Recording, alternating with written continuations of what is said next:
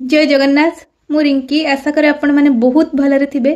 District constable requirement 2025 ऊपर full details नहीं आसीची।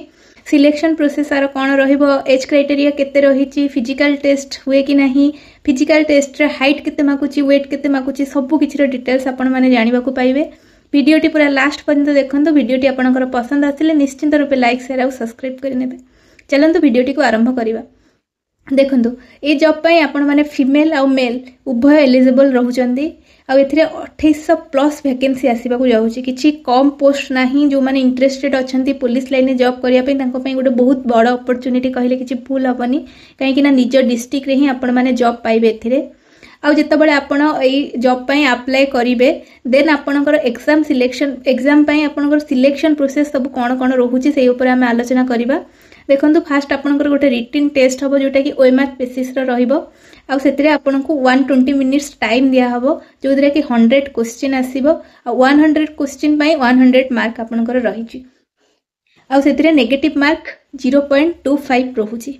एटा को भूलिबेनी नेगेटिव मार्क रहउची। आखि बुझी के क्वेश्चन आंसर करके आसीबेनी। पढ़ा एबेठारु स्टार्ट करि नियंतु।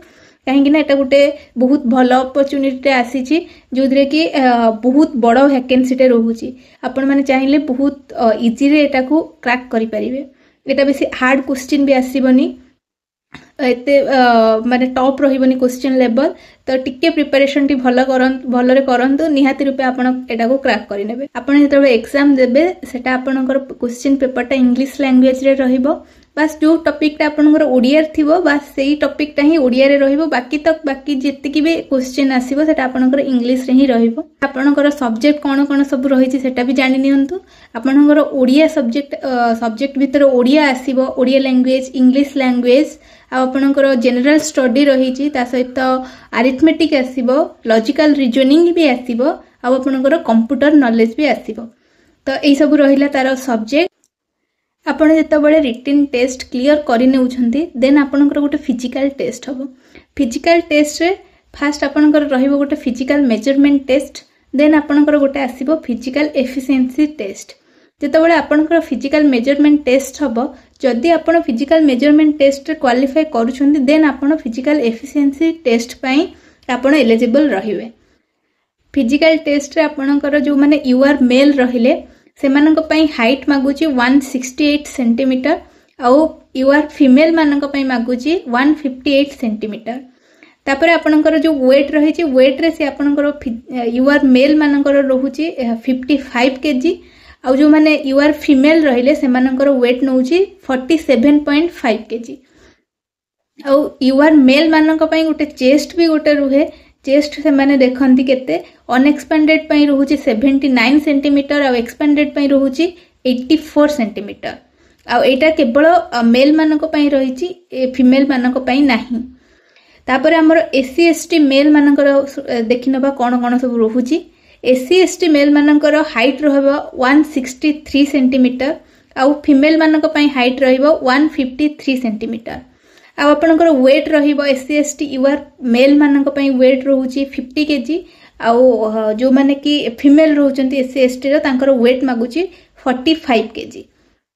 हाउ एटारे भी सेम चेस्ट रहउची यूआर मेल मानक पई। चेस्ट रो अनएक्सपेंडेड रहउची 76 सेंटीमीटर और एक्सपेंडेड पई रहउची 81 सेंटीमीटर। एटा आपणकर रहिला फिजिकल मेजरमेंट टेस्ट। जेतबेले आपण फिजिकल मेजरमेंट टेस्ट रे क्वालिफाई करि जाउछंती देन आपनको गोटे फिजिकल एफिशिएंसी टेस्ट दबा पई पड़िबो। फिजिकल मेजरमेंट टेस्ट रे आपण जदी क्वालिफाई करिवे देन ही आपण एई टेस्ट देई परिबे, नहले आपण एई टेस्ट देई परिबे नाही। जेति रिटन टेस्ट रे क्वालिफाई करछनी देन आपनको फिजिकल मेजरमेंट टेस्ट पई डाकिबे। फिजिकल मेजरमेंट टेस्ट आपण जदी तादरे क्वालिफाई करछनी देन आपनको फिजिकल एफिशिएंसी टेस्ट पई डका जिवो। एथिरे पूरा कैटेगरी वाइज किछि नाही। एटा पूरा मेल और फीमेल मानक पई अलग अलग करके रखा जायछि। जो माने मेल रहिले पूरा टोटल मेल जेतिकी रहिचंती जो माने एग्जाम देइथिबे तांको पई 1600 मीटर रहउची दौड़ीबारे 1600 मीटर से माने 6 मिनिट 30 सेकंड भितरे 1600 मीटर दौड़ीबे।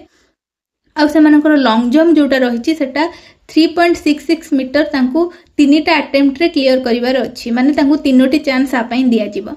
सेमती फीमेल मानक पई रहिची रनिंग 1.6 किलोमीटर माने से 1600 मीटर रहिची जोटा कि 8 मिनिट 30 सेकंड रे से माने क्रॉस करेंगे माने दौड़े 8 मिनिट 30 सेकेंड रे फीमेल मानक दौड़ार अच्छी 1600 मीटर आउ लॉन्ग जंप रही 2.75 मीटर जोटा कि 3टा अटेम्प्ट रे क्लियर करिवार अच्छी जदि आपण देन फिजिकल एफिशिएंसी टेस्ट रे क्वालिफाई हो जाउछन्ती देन आपणकर गोटे डॉक्यूमेंट वेरिफिकेशन हबो आ डॉक्यूमेंट वेरिफिकेशन हो सारा पर आपण गोटे मेडिकल टेस्ट रही देन आपण को जदि आपण सब प्रोसेस रे एथरे क्वालिफाई करि करि जाइछन्ती देन आपण को हाथ रे गवर्नमेंट जॉब टी रही गला एथिरे आपणकर क्वालिफिकेशन +2 पास मागिची माने जदि आपण 12 पास करछन्ती देन आपण एलिजिबल अछन्ती ए फॉर्म टी अप्लाई करिया पई आ तर एज लिमिट रही 18 टू 23 18 रु 23 वर्षर पिला माने ए जॉब पई एलिजिबल अछन्ती आ ए जो जॉब टी आपण अप्लाई करिबा पई कोनोसी कॉस्ट नाही पूरा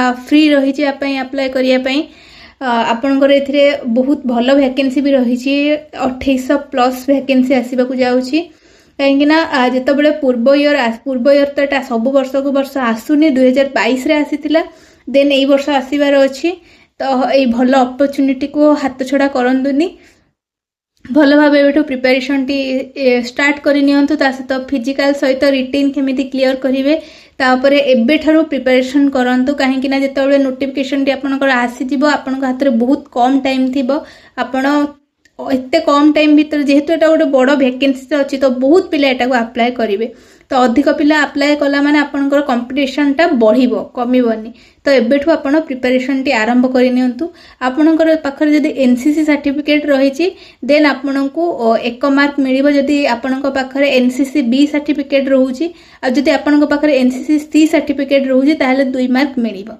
तो एटा भी एनसीसी पिला मानक पई भी भलो रहउछि कि 1-2 मार्क भी गोटे कि 2 मार्क हो बहुत गोटे 2 मार्क पई पिला कटि जानती तो एनसीसी पिला माने जो माने अछंती से माने निहाती रूपे एनसीसी सर्टिफिकेट टी देबे एटा को मिस करिवेनी काइना गोटे 2 मार्क भी किछि कम कथा नुहे आ आपनकर जतले डॉक्यूमेंट वेरिफिकेशन हबो सेतबेले आपनकू कास्ट सर्टिफिकेट एनसीसी सर्टिफिकेट आपनकर पासपोर्ट साइज फोटो आधार कार्ड ये सब जो सब आपनक पाखर जेतु वैलिड आईडी गोटे मागुची आधार कार्ड हो पान कार्ड हो जहाँ भी आपनक पाखर थिबो ये सब नै कि सांगरे जिबा पई पड़िबो आ गोटे कथा आपनक पाखर जदी एम्प्लॉयमेंट एक्सचेंज सर्टिफिकेट नाही देन एम्प्लॉयमेंट एक्सचेंज सर्टिफिकेट एबेठू अप्लाई करि दियंतु कहीं ना यहाँ भी आधे दरकार हुए एम्प्लॉयमेंट एक्सचेंज सर्टिफिकेट ए दरकार हुए जेहेतु एटा गोटे निज जिले में आपन को पोस्टिंग मिलिबो तो यहाँ मोस्ट इम्पोर्टेंट जॉब पाई तो आपन एबेठू अप्लाई करि नियंतु जो मानक पाखरे नाही कि जो मानक पाखरे अपडेट नाही